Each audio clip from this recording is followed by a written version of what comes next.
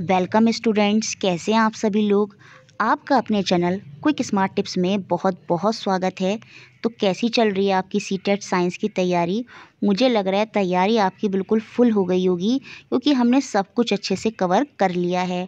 अब जो हमारा काम रह गया है, एक तो इस वीडियो में आज हम सारे न्यूमेरिक 2011 से 2019 तक जितने पूछे गए हैं उनको एक बार फिर से अच्छे से कवर कर लेंगे।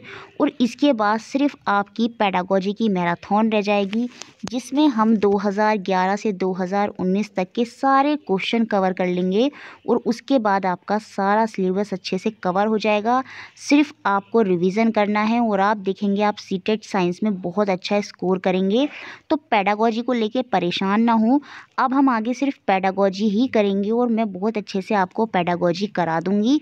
सारी मैराथन भी हो जाएगी पेडागोजी को लेके, जो प्रीवियस ईयर क्वेश्चन की है। ठीक है स्टूडेंट, एक डिमांड आपकी ये है कि न्यूमेरिक एक बार फिर से करा दिए जाएं। तो 2011 से 2019 के जितने भी न्यूमेरिक हैं वो हम फिर से एक साथ देखेंगे इसी क्लास में।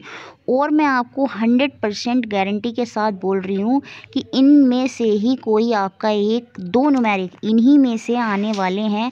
होगा क्या, सिर्फ डिजिट चेंज हो जाती है। सीटेट में हमेशा यही होता है, न्यूमेरिक वही रहते हैं जो प्रीवियस ईयर में से होते हैं, सिर्फ उनकी थोड़ी सी वैल्यू चेंज कर देते हैं। तो आपको अगर क्वेश्चन करना आता है तो आप आसानी से उसको कर देंगे। बाकी कोई बहुत ज़्यादा हाई फाई लेवल के न्यूमेरिक नहीं है। एवरेज स्पीड पे या फिर टाइम को लेकर या फिर डिस्टेंस निकालने को लेकर उन्हीं से ही न्यूमेरिक बनते हैं। तो वही न्यूमेरिक हम आज की क्लास में देखेंगे और आपके न्यूमेरिक जो आना है वो यहाँ से कवर अप बिल्कुल अच्छे से हो जाएगा। तो आइए शुरू करते हैं आज की क्लास और देखते हैं कुछ इम्पोर्टेंट न्यूमेरिक। और देखते हैं फर्स्ट न्यूमेरिक जो हमारा सीटेट दिसंबर 2019 में पूछा गया। बहुत इंपॉर्टेंट न्यूमेरिक है, वैल्यू चेंज करके इसी तरह का न्यूमेरिक फिर से आ सकता है। Manjula is observing her image in a plane mirror. Manjula समतल दर्पण में अपने प्रतिबिंब का प्रेक्षण कर रही है। ये देखिए प्लेन मिरर है, ठीक है। प्लेन मिरर वही है जिसमें रोज आप अपनी इमेज देखते हैं, वो प्लेन मिरर ही होता है, समतल दर्पण ही होता है, ठीक है। उसके और दर्पण के बीच की दूरी कितनी है? 5 मीटर की है। The distance between herself and the mirror is 5 metre. कहने का मतलब अगर ये मिरर है प्लेन तो मंजुला यहाँ खड़ी है और इन दोनों के बीच की दूरी कितनी है? 5 मीटर है, ये हमें बता दिया है, ठीक है। She move 1 metre toward the mirror. वो मिरर की तरफ 1 मीटर चली, तो इसका मतलब अब जब वो 1 मीटर आगे की तरफ बढ़ गई है तो उसके और मिरर के बीच की दूरी अब कितनी हो जाएगी? 4 मीटर हो जाएगी, क्योंकि वो 1 मीटर तो आगे बढ़ गई। तो ये पूछ रहा है द डिस्टेंस बिटवीन हरसेल्फ, वो और उसकी इमेज के बीच में अब उसके और दर्पण के बने प्रतिबिंब की दूरी कितनी होगी। देखिए प्रतिबिंब की बात हो रही है, इमेज की बात हो रही है। प्लेन मिरर में मैंने बताया कैसी इमेज बनती है, वर्चुअल बनती है, आभासी बनती है, जो कि हमारे मिरर के पीछे होती है, ठीक है। तो मिरर के पीछे बनेगी इमेज, जो बनेगी प्रतिबिंब बनेगा, ठीक है। वही हमें रिफ्लेक्ट होकर हमारी आंखों में दिख जाता है। तो इमेज जो बनी वो पीछे बनेगी और वो कितनी दूरी पर बनती है, बस यही बात आपको याद रखनी है। वो उतनी ही दूरी पर बनती है जितनी दूरी पर आप मिरर से खड़े होते हैं। अब मंजुला शुरू में 5 मीटर की दूरी पर थी, तो पीछे जो उसका प्रतिबिंब बना होगा वो भी 5 मीटर की दूरी पर ही बना होगा। जो इमेज बनी होगी वो भी 5 मीटर अवे ही होगी। अब क्योंकि वो 1 मीटर आगे की तरफ बन गई है तो पीछे जो उसका प्रतिबिंब जो इमेज बनी होगी वो भी 4 मीटर पर ही बनी होगी। तो इस समय उसके और उसके प्रतिबिंब की दूरी कितनी हो जाएगी? 8 मीटर हो जाएगी। तो यहाँ पर आंसर हो जाएगा आपका option number C. Next question number 2 और ये भी हमारा सीटेट दिसंबर 2019 में पूछा गया। बहुत इंपॉर्टेंट क्वेश्चन है, इस तरह का क्वेश्चन भी बन सकता है। देखिए आपको सीधी सी एक बात याद रखनी है, एक फॉर्मूला याद रखना है यहाँ पर सीटेट के लिए, कि जो फ्रीक्वेंसी होती है ना वो क्या होती है?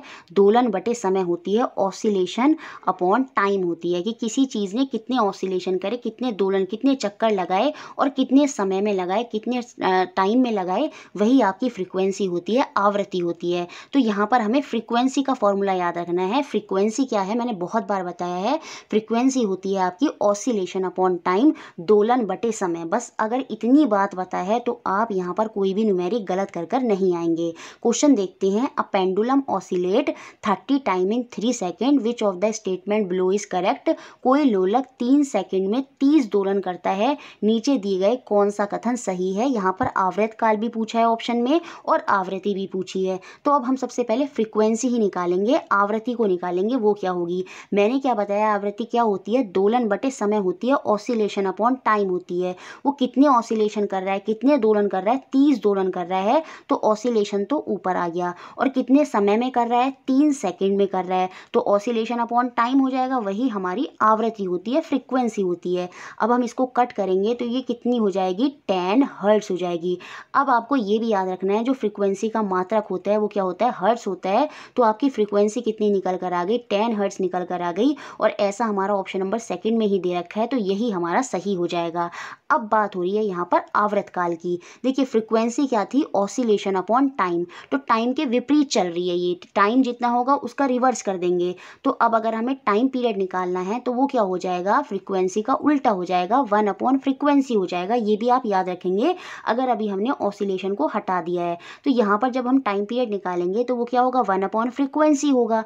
और 1 अपॉन फ्रीक्वेंसी अभी आपने निकाली, कितनी थी आपकी, 10 हर्ट्ज थी। तो जब ये ऊपर जाएगा तो आपका कितना हो जाएगा, 0.1 सेकेंड हो जाएगा। तो टाइम पीरियड जो आवर्त काल है वो आपका 0.1 सेकेंड होगा, और जो आवृत्ति फ्रीक्वेंसी होगी वो आपकी 10 हर्ट्ज होगी। तो ऑप्शन नंबर बी यहाँ पर बिल्कुल सही है। और इस तरह का क्वेश्चन ज़रूर आएगा, बस एक ही चीज़ याद रखनी है, frequency is equal to oscillation upon time, और साथ में ये भी रखेंगे याद, frequency is equal to 1 upon time period होता है, या time period is equal to 1 upon frequency होता है। ये 3 बातें आपको याद रखनी है, और आप सीटेट में जो भी क्वेश्चन आएगा इससे रिलेटेड उसको बड़ी आसानी से कर देंगे। नेक्स्ट क्वेश्चन नंबर 3, और ये भी हमारा सीटेट दिसंबर 2019 में आया। और इस तरह से हमारे सीटेट दिसंबर 2019 में 3 क्वेश्चन आए न्यूमेरिक के। तो इनको तीनों को आप बहुत ध्यान से रखिए, क्योंकि इसी तरह का क्वेश्चन आगे भी आपको देखने मिल सकता है। अब bus travel at a speed of 50 kilometre per hour for 12 minute and then at a speed of 40 kilometre hour for the next 18 minute. Total distance covered by the bus during this time is.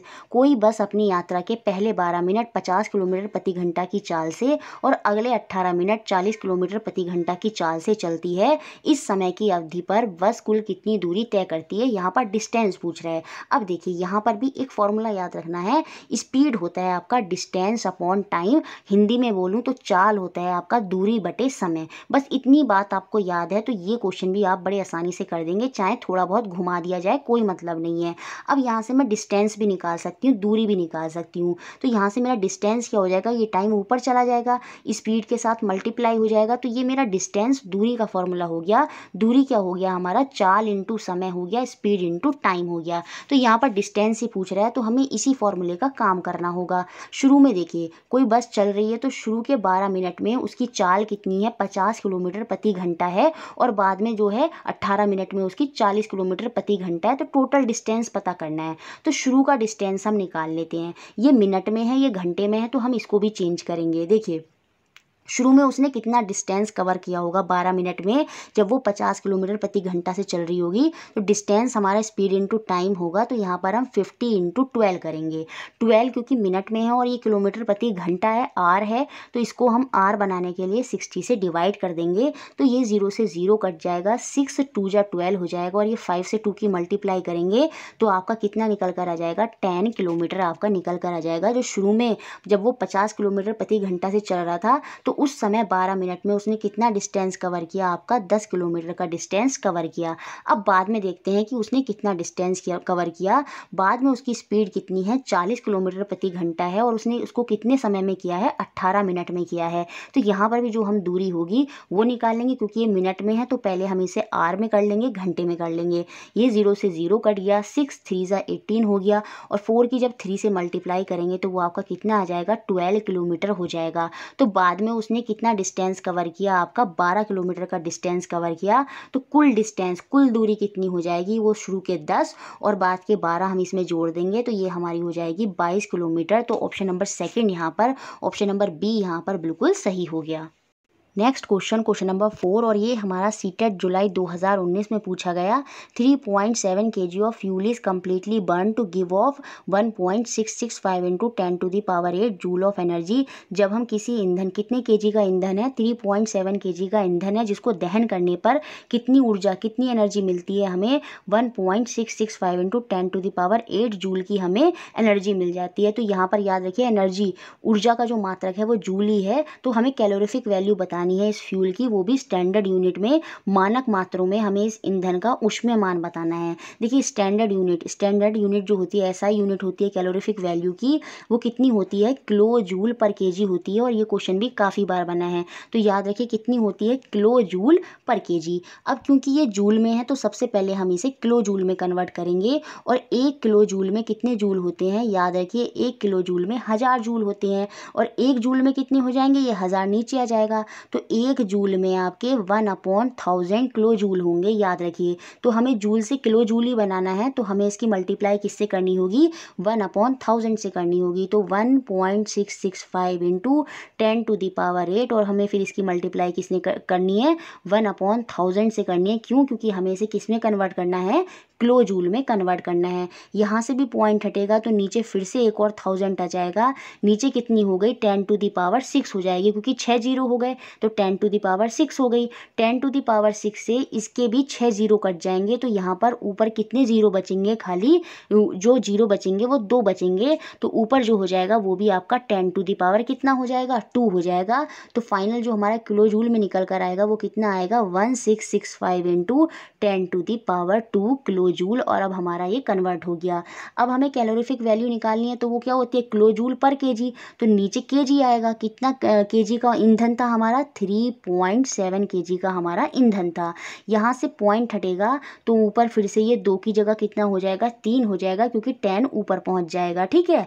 अब देखिए 37 से हम 1665 को जो cut करेंगे तो ये इसकी टेबल में 45 टाइम कट जाएगा। 37 4 जो हो जाएगा वो आपका 148 होगा। यहाँ से आपका 18 बचेगा तो वो इधर चला जाएगा, तो ये 185 हो जाएगा।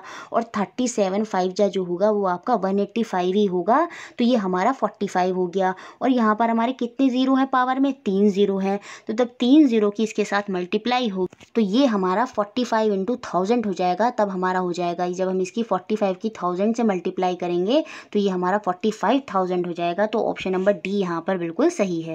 नेक्स्ट क्वेश्चन नंबर 5, और ये भी हमारा सीटेट जुलाई 2019 में पूछा गया। Myra cycle to a friend house 5 kilometre away to deliver a packet.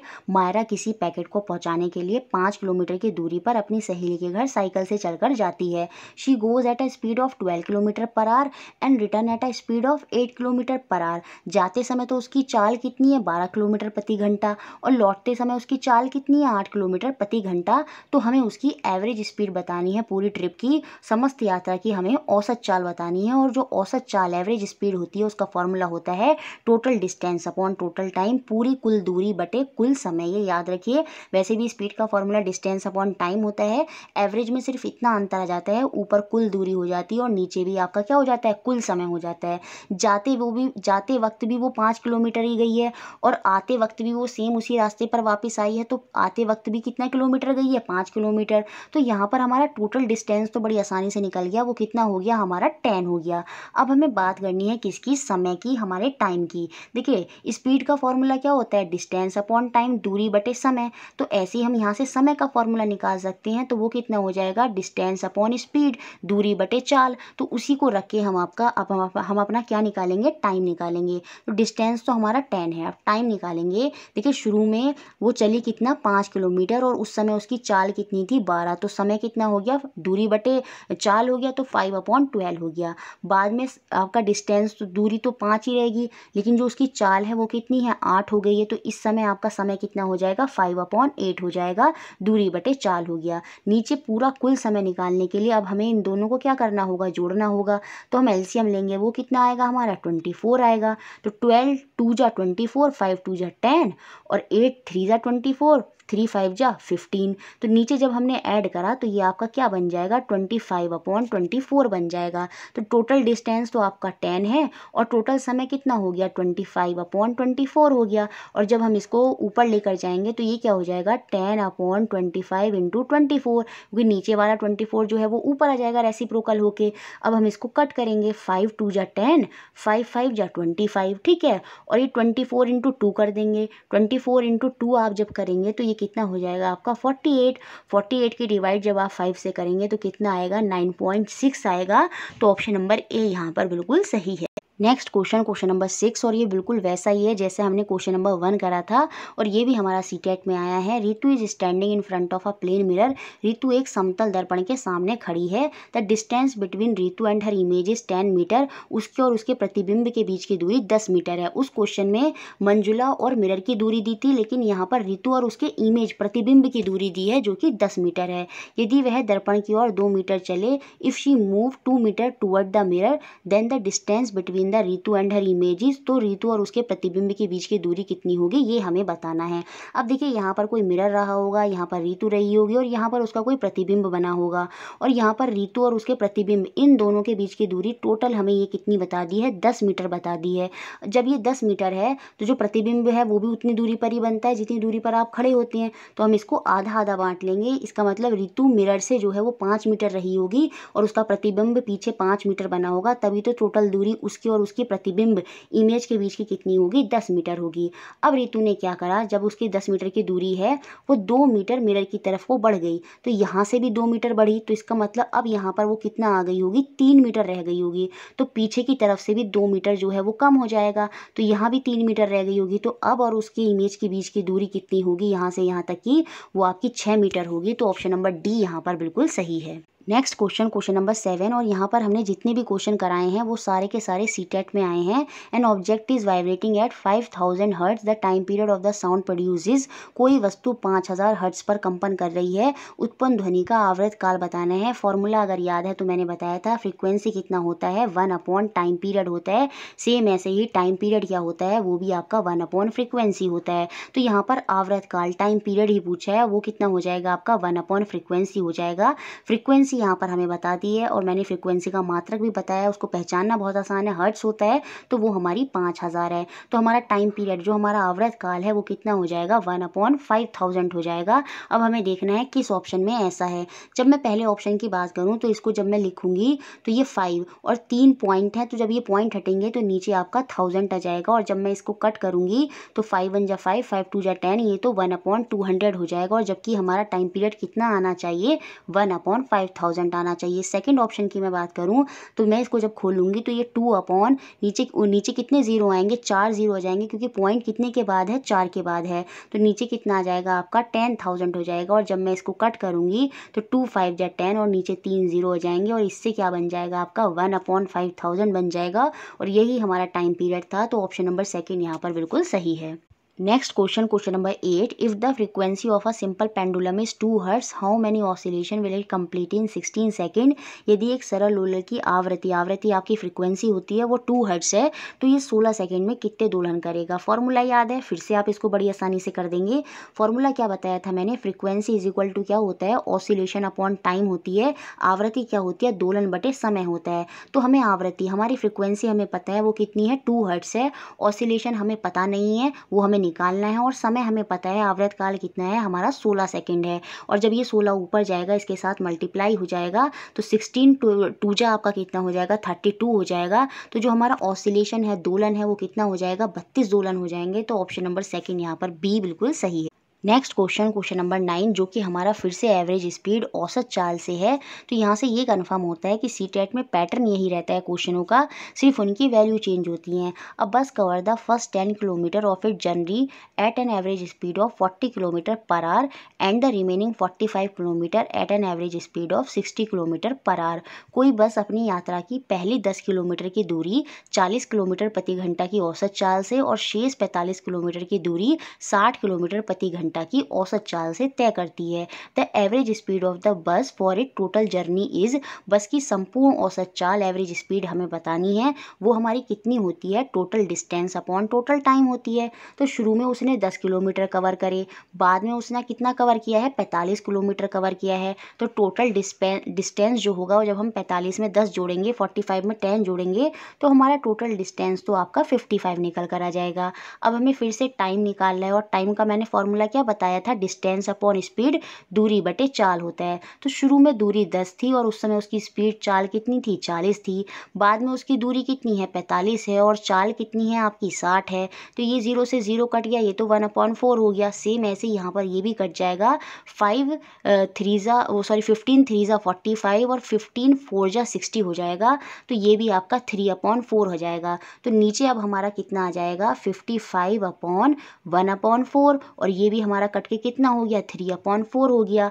अब जब आप एलसीएम लेंगे तो ये नीचे तो बराबर हैं और ऊपर 3 + 1 करेंगे तो ये 4/4 ही हो जाएगा, और ये आपका कट जाएगा तो नीचे आपका 1 आ जाएगा। तो जो आपकी एवरेज स्पीड होगी वो कितनी हो जाएगी, 55 km/h हो जाएगी। ऑप्शन नंबर डी यहाँ पर बिल्कुल सही है। नेक्स्ट क्वेश्चन नंबर 10, और ये फ्रिक्शन लेस वाला क्वेश्चन है और ये मैंने बहुत बार कराया है।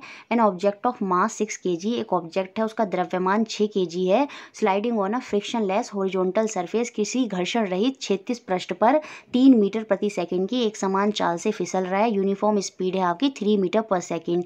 तो हमें बताना है कितनी फोर्स चाहिए होगी, force required to keep the object moving at a same speed along the same straight line. इस पिंड को इसी चाल से इसी सरल रेखा में गति करने के लिए कितना बल लगेगा, क्योंकि ये घर्षण रहित है, फ्रिक्शन लेस है, और जब घर्षण रहित होता है, फ्रिक्शन लेस होता है, जो वस्तु जिस चाल से चल रही होती है, जिस स्पीड से चल रही होती है, वो हमेशा उसी स्पीड से चलती रहेगी। क्यों, क्योंकि उसे रोकने वाला कोई बल उस पर कार्य नहीं करेगा। तो यहाँ पर आंसर होगा आपका ऑप्शन नंबर सी, 0 न्यूटन का फोर्स हमें यहाँ पर लगाना होगा। और याद रखिए जो फोर्स का मात्रक होता है वो भी आपका न्यूटन होता है। नेक्स्ट क्वेश्चन नंबर 11, और ये भी हमारा एवरेज स्पीड से है, औसत चाल से है। तो औसत चाल वाले क्वेश्चन बहुत इंपॉर्टेंट हैं। The odometer reading of a moving car, याद रखिए अगर हमें दूरी पता करनी हो, कार में कितना डिस्टेंस कवर किया है, तो वो हम ऑडोमीटर से पता करते हैं। ये क्वेश्चन भी बन सकता है।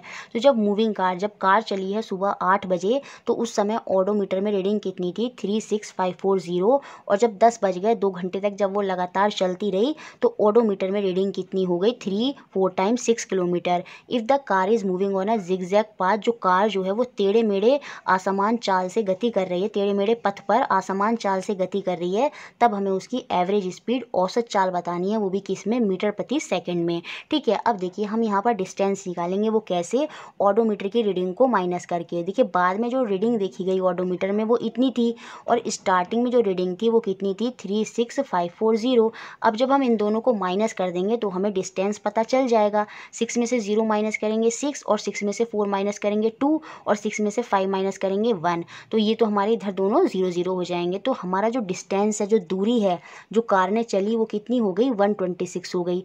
सुबह 8 बजे कार चली और कार 10 बजे तक चली, तो हमारा टोटल टाइम कितना हो गया, हमारा 2 घंटे हो गया। अब हम इसको कट करेंगे, 2 6 जा 12, 2 3 जा 6। तो ये जो हमारा औसत चाल है, एवरेज स्पीड है, वो कितनी हो गई, 63 km/h। लेकिन आंसर किस में पूछा है, मीटर प्रति सेकंड में पूछा है। तो हम इसको कन्वर्ट करेंगे, जब किलोमीटर से मीटर प्रति सेकंड में कन्वर्ट करते हैं तो हम इसको 5/18 से मल्टीप्लाई करते हैं। बड़े से जब छोटे में जाते हैं तो 5/18, और जब मीटर से किलोमीटर में जाते हैं तो 18/5 होता है। ठीक है, अब देखिए 9 2 जा 18 और 9 7 जा 63, तो ये इतना ही कटेगा। 7 की 5 से मल्टीप्लाई करेंगे तो ये आपका कितना हो जाएगा, 7 5 जा 35, और नीचे तो आपका 2 था ही, और जब हम इसको फिर से कट करेंगे तो ये आपका कितना हो जाएगा, 2 1 जा 2, और ये 2 7 जा 14, और पॉइंट आ जाएगा 2 5 जा 10। तो ये हमारी जो औसत चाल है, एवरेज स्पीड है, वो कितनी हो जाएगी, option number C, 17.5 km/s। Next question number 12, और पूछ यहाँ पर फिर से एवरेज स्पीड ही रहा है, बस थोड़ा टेबल बनाकर क्वेश्चन दे दिया है। While going for a picnic, a student noted the reading on a odometer on the bus after every 10 minute till the end of the journey. Later on recorded the reading in a table shown below, the average speed of bus in the entire journey in metre per second. देखिए picnic जाते समय छात्र ने यात्रा जो है वो पूरी समस्त यात्रा जो बस ने कवर की है, जो ऑडोमीटर में पाठ्यांक है उसको हर 10 मिनट के बाद उसने नोट किया। अंत में उसने उस पाठ्यांक की जो उसने नोट किया है उसकी एक सारणी बना ली, टेबल बना ली इस तरह से। देखिए तो हमें बस की पूरी यात्रा बतानी है, उसकी यात्रा की औसत चाल बतानी है, वो भी किस में, मीटर प्रति सेकंड में। बस चली 8 बजे और उस समय ऑडोमीटर में रीडिंग इतनी थी। बस 9 बजे तक चली तो टोटल समय तो कितना है आपका, 1 घंटा है। और टोटल डिस्टेंस निकालने के लिए हम शुरू की रीडिंग और बाद की रीडिंग को माइनस कर देंगे तो हमारा डिस्टेंस पता चल जाएगा। बाद में लास्ट रीडिंग कितनी है, वो आपकी कितनी है, 7 78806 और शुरू में रीडिंग कितनी थी 78752। अब इन दोनों को माइनस जब हम करेंगे 6 में से 2 जाएगा 4 हो जाएगा, 10 में से 5 माइनस करेंगे 5 हो जाएगा और ये तो 7 हो जाएगा, तो 7 में से 7 माइनस 0 हो जाएगा। तो यहाँ पर जो हमारा डिस्टेंस है वो कितना निकल कर आ गया आपका 54 किलोमीटर निकल कर आ गया। समय तो आपका 1 घंटा ही लगा था 8 से 9 बजे तक। तो ये हमारा 54 किलोमीटर पर आवर है। ये किस में है किलोमीटर प्रति आवर में। हमें आंसर किस में चाहिए मीटर प्रति सेकंड में। तो हम फिर से हमारे 54 को मल्टीप्लाई कर देंगे 5/18 से। 18 3 जा 54 और 3 5 जा 15। तो हमारा आंसर जो हो जाएगा वो कितना हो जाएगा 15 मीटर पर सेकंड। याद रखिए 54 मत कर देना, वो किलोमीटर में है, आंसर मीटर में पूछा था, तो वो आपका 15 metre per second option number 1 यहाँ पर सही है। नेक्स्ट क्वेश्चन नंबर 13 और ये बिल्कुल वैसा ही क्वेश्चन है जो अभी हमने पहले किया था। तो क्वेश्चन बार बार रिपीट होते हैं, सिर्फ वैल्यू चेंज होती हैं। In the following table the reading of an odometer at different time of journey are given, the speed of vehicle in metre per second क्या होगी ये हमें बतानी है। नीचे सरणी में किसी यात्रा के विभिन्न समयों पर ओडोमीटर के पाठ्यांक दिए गए हैं, तो वाहन की मीटर प्रति सेकंड में चाल क्या होगी। देखिए वाहन 8 बजे चला है और 10 बजे तक चला है, तो हमारा जो टोटल समय होगा वो तो आपका 2 घंटे होगा, ठीक है। अब ओडोमीटर के जो पाठ्यांक शुरू में था वो इतना था, बाद में उसका पाठ्यांक जो उसकी रीडिंग है वो इतनी हो गई है। अब इन दोनों को अगर हम माइनस कर देंगे तो हमारा डिस्टेंस पता चल जाएगा। तो 6712 को हम 6640 से जब माइनस करेंगे तो ये तो आपका 2 हो जाएगा, कैरी लेंगे 11 में से 4 जाएगा आपका 7 हो जाएगा और ये 6 हो जाएगा, तो ये तो 0 हो जाएगा। तो हमारा जो डिस्टेंस है वो कितना निकल कर आ गया 72 किलोमीटर आ गया। अब एवरेज स्पीड का फॉर्मूला क्या होता है, total distance upon total time.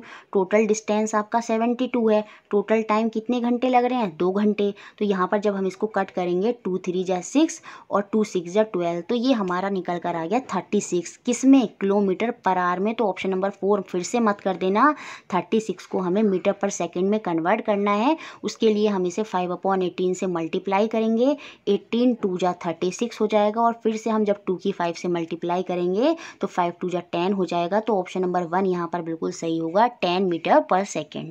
Next question number 14 और ये बिल्कुल वैसा ही क्वेश्चन है अभी हमने पहले किया था। यहाँ पर सिर्फ वैल्यू को चेंज कर दिया और उससे भी कोई खासा फर्क नहीं पड़ेगा, तब भी आपका आंसर 0 न्यूटन ही रहने वाला है। An object of mass 5 kg 5 kg द्रव्यमान वाला एक ऑब्जेक्ट है और वो फिसल रहा है किस पर, स्मूथ फ्रिक्शन लेस। जहाँ भी फ्रिक्शन लेस की बात हो जाए, घर्षण रहित की बात हो जाए, तो इसका मतलब वहाँ नीचे से कोई घर्षण कार्य नहीं कर रहा। और जब नीचे से कोई घर्षण कार्य नहीं कर रहा और ऑब्जेक्ट जिस स्पीड से मूव कर रहा है तो वो ज़िंदगी भर उसी स्पीड से मूव करता रहेगा, क्योंकि उसको रोकने के लिए कोई फोर्स वहां पर कार्य कर ही नहीं रही है। तो यहाँ पर सेम ऐसी कंडीशन है, फ्रिक्शनलेस हॉरिजॉन्टल सरफेस पे कांस्टेंट वेलोसिटी से 10 मीटर प्रति सेकंड के वेग से क्षैतिज सतह पर ये जो आपका ऑब्जेक्ट है वो फिसल रहा है। तो force required to keep the object moving with the same velocity is, तो हमें वस्तु को उसी वेग से गतिमान रखने के लिए कितना बल देना होगा, उसी वेग से तो वो पूरी जिंदगी चलता ही रहेगा, वहां पर हमें फोर्स लगाने की जरूरत ही नहीं है, क्योंकि सरफेस कैसा है हमारा घर्षण रहित है, तो वो ऑटोमेटिक उसको उसी स्पीड से ज़िंदगी भर चलाता रहेगा। तो यहाँ पर हमें 0 न्यूटन की फोर्स लगानी होगी, ऑप्शन नंबर 1 सही है। नेक्स्ट क्वेश्चन नंबर 15 जो हमारा लास्ट क्वेश्चन है, क्योंकि इतने ही क्वेश्चन सीटेट में न्यूमेरिक से आए हैं। A laboratory thermometer show 5 small division between the marking of 55 and 56 degree Celsius, this means that the thermometer can read correctly up to. एक प्रयोगशाला तापमापी 55 और 56 के बीच 5 छोटे विभाजन प्रदर्शित करता है। इसका तात्पर्य है कि तापमापी किस उचित रूप में पढ़ा जा सकता है। देखिए 55 और 56 को इसके बीच में हमें इसे 5 डिवीजन 5 भागों में काटना है। क्वेश्चन ऐसे भी आ सकता है कि बोले 10 भागों में काटना है। अब 55 और 56 को अगर मैं कहूँ 10 भागों में काटना है तो आप कैसे काटेंगे उसे, तो पहले 55 होगा, फिर 55.1 2 3 4 5 6 7 8 9 और फिर 56 हो जाएगा। तो वो कितने भागों में कट जाएगा, 10 भागों में। लेकिन हमें कितने भागों में काटना है, उसको 5 भागों में काटना है। तो अगर पहला भाग 55 है तो अगला क्या होगा 55.2 होगा, तो ये एक भाग हो गया। फिर अगला क्या होगा 55.4 होगा, क्योंकि हमें 5 भागों में काटना है, तो ये 52 से 54 दूसरा हो गया। फिर 55.4 से 55.6 तक काटना होगा, वो तीसरा हो जाएगा। फिर 55.8 तक काटेंगे, वो हमारा चौथा हो जाएगा। और उसके बाद लास्ट में 56 56 आ जाएगा तो वो हमारा 5वां हो जाएगा। तो हमने इसको 5 डिवीज़न में काट दिया। पहले 55 आया, फिर 55.2 आया, इस तरह से 5.46 और इस तरह से आपका 56 आया। तो ये हमारा किस तरह से मेज़र करेगा थर्मामीटर, या तो ये 55 देगा, या 55.2 देगा, या 55.4 देगा, या 55.6 देगा। तो इसी तरह से मेज़र करेगा। तो अब हम ऑप्शन देख लेते हैं। देखिए 55.1 तो दे नहीं सकता क्योंकि डिवीज़न में है ही नहीं, ये भी नहीं होगा, ये भी नहीं होगा। तो आंसर क्या होगा आपका? ऑप्शन नंबर 3 होगा, क्योंकि 55.2 में उसको काटा गया है और यही यहाँ पर आंसर हो जाएगा, ऑप्शन नंबर 3। अब देखिए 10 स्मॉल डिवीज़न होते तो यहाँ पर 55.1 भी आता, 5 भी आता, तब हमारा 25 नहीं आता, ठीक है, और 2 भी आता, क्योंकि 10 स्मॉल डिवीज़न में तो 55.1, 2, 3, 4, 5 सब आ जाते, तो उस समय आंसर अलग हो जाता। तो याद रखिए जिस तरह से डिवीज़न करें हैं उसी तरह से हमें उसको तोड़ना होगा। तो यहाँ पर आंसर ऑप्शन नंबर 3 था। तो ये थे हमारे सारे न्यूमेरिक के क्वेश्चन। मुझे लगता है सारे क्वेश्चन आपको क्लियर हो गए होंगे। वीडियो अच्छी लगी है तो सबको लाइक ज़रूर करना है, ज़रूर लाइक करना है, शेयर करना है, सब्सक्राइब करना है और हमारे साथ इसी तरह जुड़े रहना है। Thank you for watching.